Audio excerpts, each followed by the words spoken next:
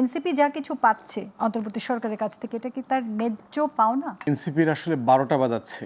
আপনার প্রশ্নের শেষের অংশ এরকমটা হইতে পারে। একটা রাজনৈতিক দলকে যদি আপনি টু মাচ রাষ্ট্রের প্রোটোকল দেন, এটা রাষ্ট্রকে দুর্বল করার থেকে বড় জিনিস হচ্ছে সেই রাজনৈতিক দলটাকে খেয়ে দেয়। আমাদের রাজনৈতিক দলগুলো দুর্নীতিবাজ কিভাবে হয়? রাষ্ট্রের প্রোটোকলের সাথে সে অনেক আগে থেকে অ্যাডজাস্ট হয়। যেমন ধরেন, আমাদের অভিজ্ঞতা থেকে বলছি, আমাদের পরিচিতির কারণে আমরা চাইলেই যে কোনো জেলাতে সার্কিট হাউসে থাকার মতো অবস্থা এখন আমাদের আছে। ইভেন ডিসিএসপিরাই হচ্ছে আমাদের জন্য রুম বুকিং করে, কিন্তু আমাদের দলের পক্ষ থেকে ইনস্ট্রাকশন দিয়ে দেওয়া হয়েছে যে আমরা রাষ্ট্রের কোনো প্রোটোকলে থাকবো না, সার্কিট হাউসে থাকবো না। কারণ হচ্ছে এই জায়গাগুলো এমন যে আপনি বৈধভাবে যদি নিতে পারেনও তারপরও নেওয়া উচিত না। কারণ এতে যেটা হবে যে আপনার রাজনৈতিক দলের নেতাকর্মীরা ক্ষমতা প্রবণ হয়ে যাবে, এটা ভালো দিক না। সোয়াত তো একটা স্পেশালিস্ট ইউনিট।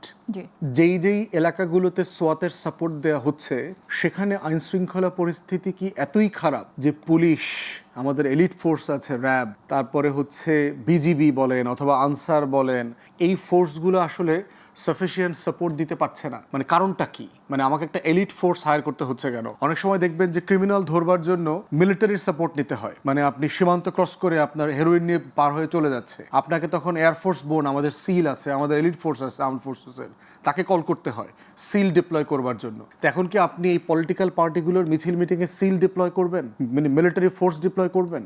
মানে এটা দিয়ে তো অনেকগুলো প্রশ্ন জড়ায় যাচ্ছে যে সরকারকে এটা ব্যাখ্যা দিতে হবে যে কেন রেগুলার ল এনফোর্সমেন্ট এজেন্সি দিয়ে এই সাপোর্টটা দেয়া যাচ্ছে না। তাহলে কি আইন শৃঙ্খলা পরিস্থিতি ব্রেকডাউন করেছে, না এনসিপি নেতৃবৃন্দ পুলিশের উপর আস্থা রাখতে পারছে না, ভরসা রাখতে পারছে না, যে তারা সন্দেহ করছে যে এর ভিতরে একটা আওয়ামী সাবোটাজ কাজ করতেছে, তাদের জীবন হুমকির মুখে আছে? কারণ রেগুলার ফোর্সের দায়িত্ব হচ্ছে আইন শৃঙ্খলা বাহিনীর সাপোর্টটা দেয়া। আমার যদি নিরাপত্তার সংকট থাকে, আমার সমাবেশ পাহারা দিতে হয়, তাহলে সেটা পুলিশ দেবে। আপনাদের কি মনে হয় আপনারা যখন জনসমাবেশ করবেন আপনাদের কি সেই সাপোর্টটা দিবে? প্রয়োজন তো নাই। আমরা তো এরকম কোনো সমাবেশ করি নাই যেখানে আমার পুলিশের কাছে সাপোর্ট নিতে হয়েছে। এটা বড় বড় সমাবেশ যারা করে, মনিয়াপাড়া করেন, জামাত করেছে, চরমনাই করেছে, তারা বলতে পারবে যে আসলে তাদের কি সাপোর্ট লাগে। জামাতের সমাবেশেও তো আমি খুব স্পেশাল অ্যারেঞ্জমেন্ট পত্রিকাতে কোথাও দেখলাম না যে খুব বড় ধরনের মানে রেগুলার ফোর্সের বাইরেও এলিট ফোর্সকে এনে এখানে ডিপ্লয় করা হয়েছে। তো সেই জায়গাতে অবশ্যই সরকার এটার ব্যাখ্যা একটা দিতে হবে যে কেন এটা করছে। পুলিশের পক্ষ থেকে এটা দেওয়া দরকার যে আপনারা কেন এটা ম্যানেজ করতে পারছেন না, যে সোয়াতকে কল করতে হচ্ছে।